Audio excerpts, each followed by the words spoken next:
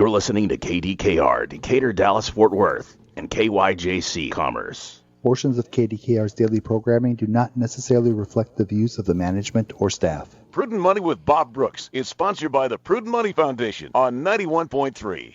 Well, what to do in emergency situations involving your car. Today we're going to take a look. Stay tuned for the special Car Corner edition of Prudent Money.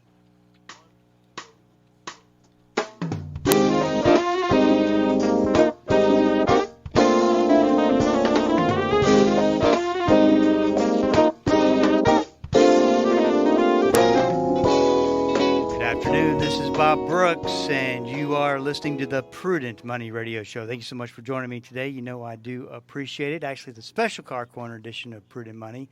We are here on Friday, and Tony Joe's here to take your questions, answer your calls. 1-877-913-5357 is the number to call, and I do have a line open. If you have a question for me, please feel free to go to the website. A lot of information there. All at the website, prudentmoney.com. You send a question to the Ask Bob section, and I will get it taken care of. 1-877-913-5357. Tony Joe, how's it going today? I am well, sir. And yourself? I am doing good. Always doing good on a Friday. Yeah, you look good. You look healthy. Should we share that your receptionist made a comment that we're both color coordinated today with our shirts? Yeah, I try not to let that happen. But you wear the same shirt every day. I wear a uniform blue every time I come here because I come here from work. So if you want to color coordinate with me from now on, give me a call before the show. I'll tell you if I change it up a little bit. I've known you now for over 20 years, and now that I think about it, I think you're still wearing the same uniform. Well, that's the color I wear. It's easy to clean and, What about black? Too hot. Too hot. Yep. Summertime, too hot. Can't do white because you'd never get it cleaned. Definitely can't do white. Dark blue. Well, you got a little dark blue on that. Yeah. I've got some blue and some grease, oil. Let's see, what else have I got on my shirt today? Nice to know. 1-877-913-5357. Okay, I got a question for you that came in from a listener. Okay. It says, hi, Bob. I pray all is well. It is. Thanks for asking. Please ask Tony Joe this question. My 2010 Kia Soul has 223,000 miles on it. I am the original owner. When I am idling at a red light, I believe my AC makes a running noise. If I turn off the AC, the noises go away. Please know the air is cooling fine in the car. Should I get this checked out? Yes, you need to get it checked out. And let me just say this. It does not have to be anything in the air conditioning system at all. People tend to hear an AC problem when they turn on their air conditioner, but keep in mind, there's only one belt on that Soul, that Kia engine. There's only one drive belt that drives everything, and one of the things that it drives is a alternator, and that can be making noise. So could the idler or tensioner pulley that keeps the belt tight. Very common for the spring to weaken over 200,000 miles and start vibrating back and forth, causing this noise. Why does it do it with the AC on? Because when you turn the AC on, you're adding more load, and that causes the spring to get a little more aggravated and start hopping up and down. So, yeah, you probably should get it checked out, but it doesn't have to be anything really scary, expensive to do with the air conditioning system. It can be a number of other things causing this problem. So that you said there's one belt. Yes, one belt, one serpentine belt, or accessory drive belt, we call it. What are the how far do you have to go mileage-wise before you start getting into the danger zone of maybe that belt coming apart? Well, or does that really ever happen? No, it does happen. Now, here's the thing. Here's the kicker. Life expectancy on a normal belt with a good brand, one of the popular brands, is 5 years. Now, 5 years seems like a short time to me, insofar as I have seen belts on vehicles go 15 years. They've never been replaced. Now, that's not always the case, because a belt can wear out due to other factors like, a bad alternator. You don't think about things like this except when somebody explains it to you. Let's say just something as simple as a bad battery, a battery that's starting to go bad. Makes the alternator work extra hard. The belt has to drive the pulley on that alternator extra hard. The belt starts to get glazed and brittle because of all that heat that's built up, and pretty soon you need a new belt. So there's a lot of things that affect the life expectancy of a belt. They'll tell you 5 years, but in my opinion, I've seen belts and hoses both go way longer than that, if there's no extracurricular factors causing a problem. Okay, so what happens if the belt does break? Well, the problem with today's cars is that most vehicles only have the one accessory drive belt. So when the belt breaks, or if the belt breaks, you lose all the accessories connected on that drivetrain of that belt. You lose the air conditioner, the compressor. The blower will work, but the air conditioner goes warm. If you have a belt-driven power steering pulley, the car will be hard to turn. It will still turn.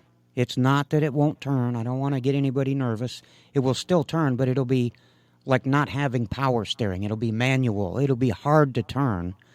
It'll also start to overheat because most of the water pumps are driven off that belt. And you'll lose other things depending on how that car is equipped. You'll notice that if it's got a vacuum pump, which is something that we could just fill in with, some cars have a vacuum pump for the brake booster, so the brake booster will seem like it's hard to push, like I don't have any brakes. No, you have brakes.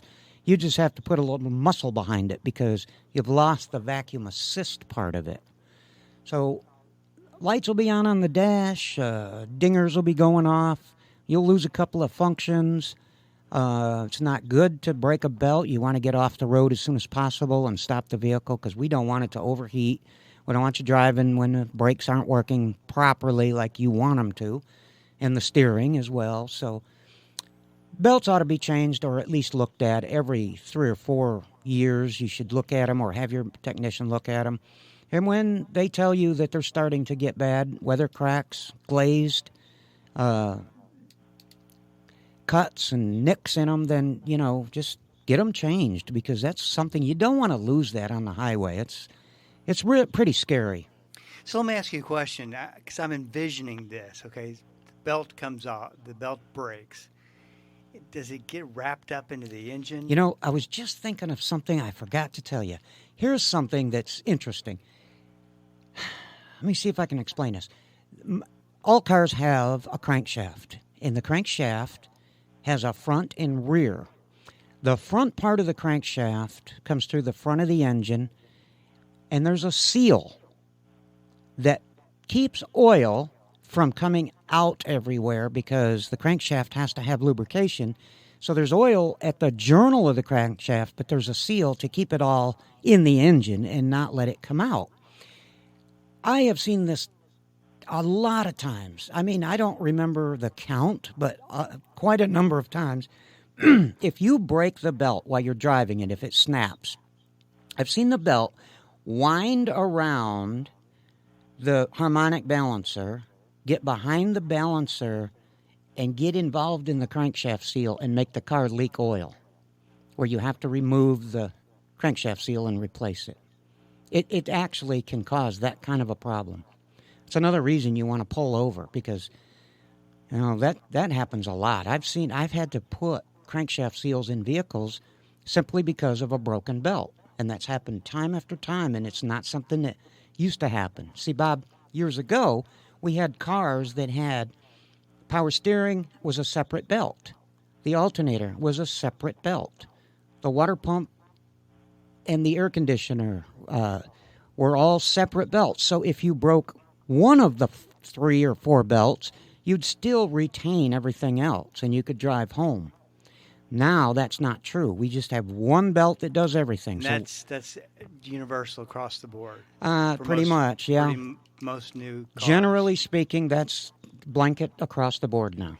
So what was the decision for the automotive industry to switch from one belt or several belts to one belt? The one serpentine-style belt was able to handle the load of all the accessories at the same time. This was in development of the serpentine belt. Years ago, we had V-belts. You couldn't run all those things on one belt. It was too much. The load was too much. It wouldn't hold up. But regardless of what happens when the belt breaks, you don't lose the ability to drive the car, correct? Or could you? You will lose the ability to drive the car simply because if the alternator power is lost, you only have a limited amount of time before the battery goes dead and the car will stall. So, yeah, you can't often make it home. You break a belt on the highway or break a belt somewhere close to home, turn around and go back home, but you're not going to go. If you broke a belt on most cars, you couldn't go very far because even if the battery didn't go dead quick enough to kill the engine, it would probably, most likely, overheat before you could get home. But you've got enough drivability to get to the side of the road. Oh, yeah, you can still do that. I'm not talking about going 5 miles or anything. No. You can still get it safe. You can get it to a safe spot. Right. I would say in most cars, if you broke a belt, you could go a mile or 2 with a broken belt. So you need to make a decision where you're going to go, what you're going to do, and get parked and, do something else. Maybe get it towed. But, that's not something you want to try to go very far with. 1-877-913-5357. This is Bob Brooks. You are listening to the special Car Corner edition of Prudent Money. If you got a question for Tony Joe, 1-877-913-5357. This is Bob Brooks. Stick around. I'll be right back.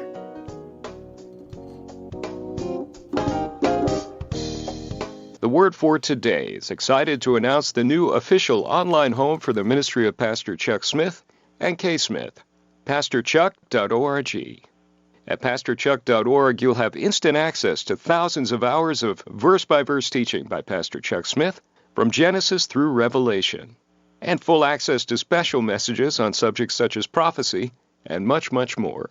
Also at PastorChuck.org, a full library of great teachings by Kay Smith, and a section where you can read some of Pastor Chuck's books online, all free of charge.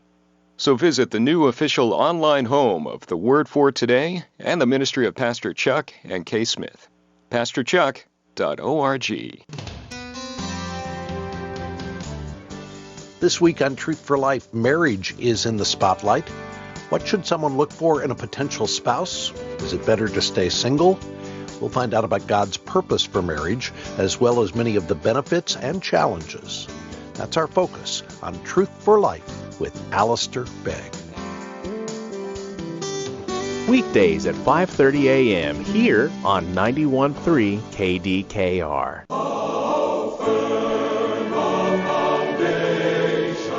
This week on Through the Bible, the Israelites have miraculously crossed over the Jordan River and are ready to meet their first enemy. Join us in our study of the Old Testament book of Joshua as Dr. J. Vernon McGee tells us about the conquest of Jericho and what we can learn from this section of Scripture about overcoming the world.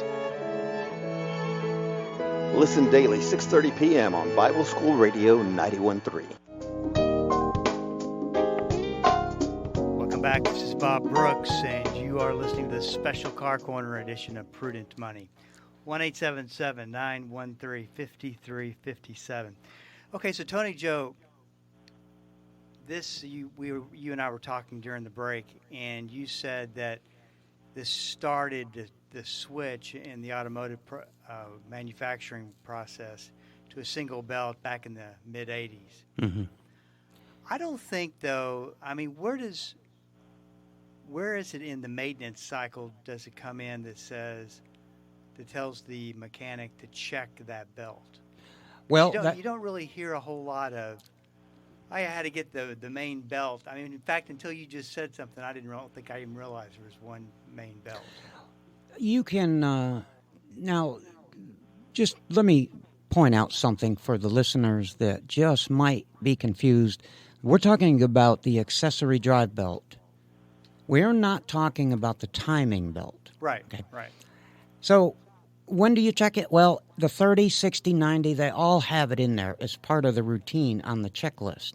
Check the belts, check the hoses, things like that.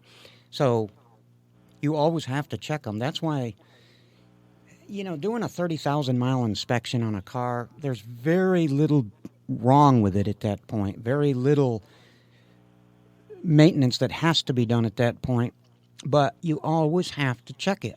And the reason you have to check it is because that doesn't mean there can't be something weird that's wrong with the vehicle. So these checklists are very important. And when you have a 60,000-mile inspection, a 90,000-mile inspection, these things get checked. And you should always get a copy of the checklist because I give everybody a copy of the checklist, and you go down the list and you check off all the things that you looked at, visually inspected, everything looks good. Bingo, we don't need that, so you check off on it. But you just have to check it. And some of these items are not easy to check, so you have to do the work. You got to put the work in to check it, even if it doesn't need it at the time. But that's where belts and hoses come in, to answer your question. So you said that the life expectancy of one of those belts is what? Did you say 5 years? 5 years is the manufacturer that I use, good name brand manufacturer. The life expectancy is 5 years. But do they go strictly by years, or do they? Oh, no. Or mileage? Mileage Is probably the better. Certainly. Let me ask this: it doesn't really matter if it's highway miles or if it's city miles, because it's running. Right.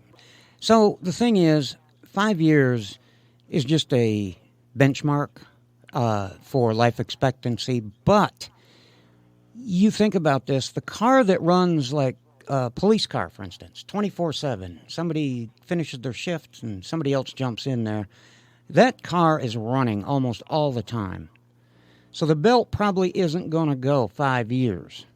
But under normal circumstances, they issue the warranty, the life expectancy. They state the life expectancy is 5 years. But keep in mind, Bob, normal people that, get up in the morning, go to work, come home, and just general normal use that I see a lot of customers most of the time, I would consider them normal use customers. They're not doing anything extravagant, not pulling big loads or driving 24 hours a day or anything like that. I've seen those belts go 10, 12, 15 years. And I really don't see anything wrong with them. I mean, I'm not saying that happens in every case, but I've seen some belts 12 years old that really really no need to change it. So what's the difference between a belt that goes 12 years long, goes for 12 years versus a belt that you have to replace it for?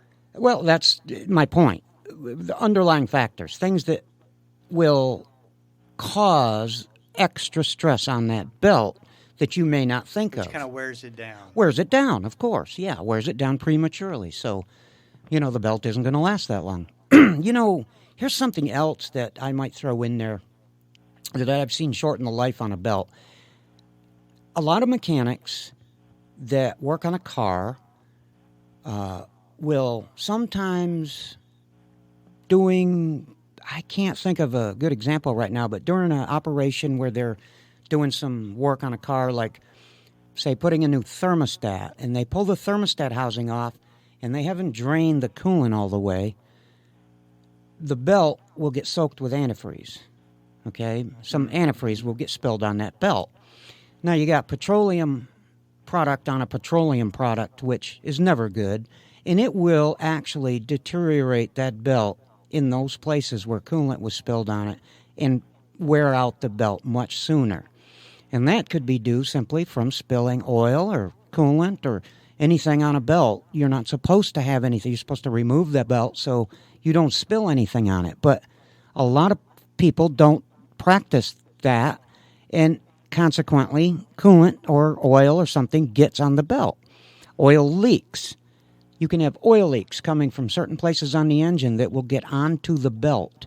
You can have like a power steering pump that leaks or a power steering hose that leaks, and the belt happens to be in the way of the leak and where it's going to go, so it gets the belt wet with power steering fluid. I mean, all these things that you're putting on the belt are all enemies of the belt because they're all made from petroleum, and it's going to dissolve the belt over time and shorten the life of it. There's no way that can't happen. It's going to prematurely wear that belt out.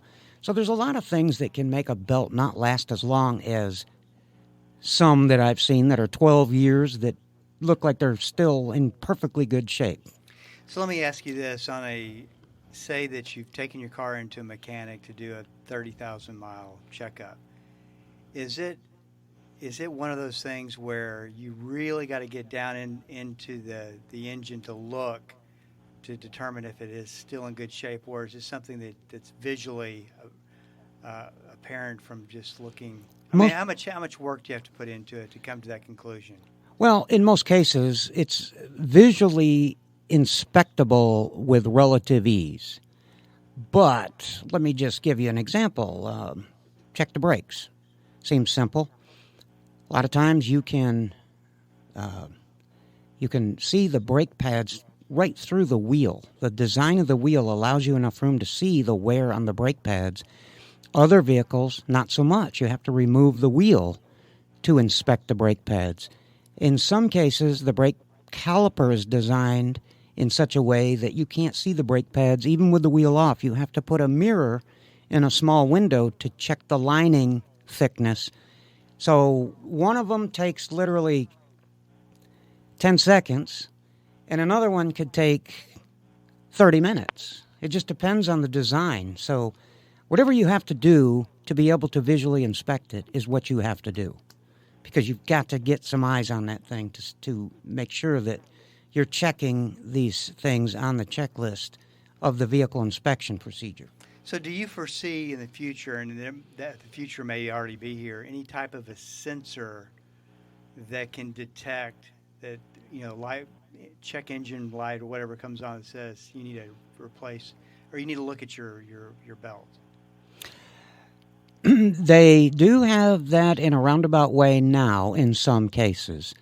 I don't know if there will ever be a sensor saying check the belt, but they do have in the software for the computer RPM specifications that will indicate belt slippage. Now, indicating belt slippage is a big, big thing, because if it's slipping, then you better pretty much change it. Unless there's water on it or something obvious, or oil. Well, if there's oil on it, you're changing it anyway. But I'm just saying there are roundabout ways of testing that as, currently, right now. Not all cars have it, so there's still the visual that has to come into play, but some air conditioning systems have been around forever. Toyota was one of them that had an RPM sensor that if the speed of the clutch didn't match the calculated speed, then it would indicate slippage of the belt, and that would make the light flash and turn off the air conditioning compressor. So there's been other things in the past. That's an old thing that was around back in the early 80s. But actually having a sensor to check for belt wear would pretty much be something that would not be not practical. I don't see how you would actually do it, but maybe someday there will be. I don't think so. I think belts are, a lot of things now are going to electrically driven motors. There's a lot of cars out there that have electrically driven power steering pumps, electrically driven water pumps. So there may not be a need for belts someday. Right. So having a sensor to tell if the belt is worn is probably not ever going to happen, because I can see the day coming when we're not even going to have anything driven by a belt. Well, you go from, 3 belts to 1 belt. Mm-hmm. And it would make sense that the technology would catch up and you See, go that's to what zero right. belts. That's what I see over and over and over. I see these patterns. you Yeah, know. sure. And because I've been around so long, that's why I got into this business. Because when I got into it, there was no such thing as dirt. We didn't get dirty. There was no dirt.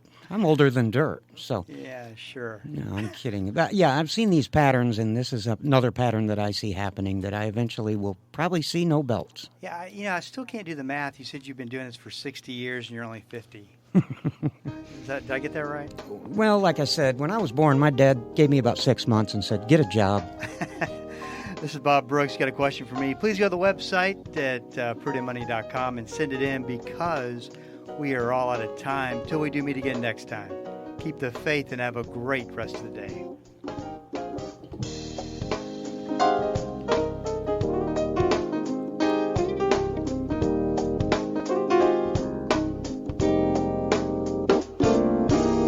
That's all the time we have for today. Questions or comments for Bob, or to find out more great information like what you've just heard, visit www.prudentmoney.com. Be sure to join Bob Brooks again for the next edition of Prudent Money.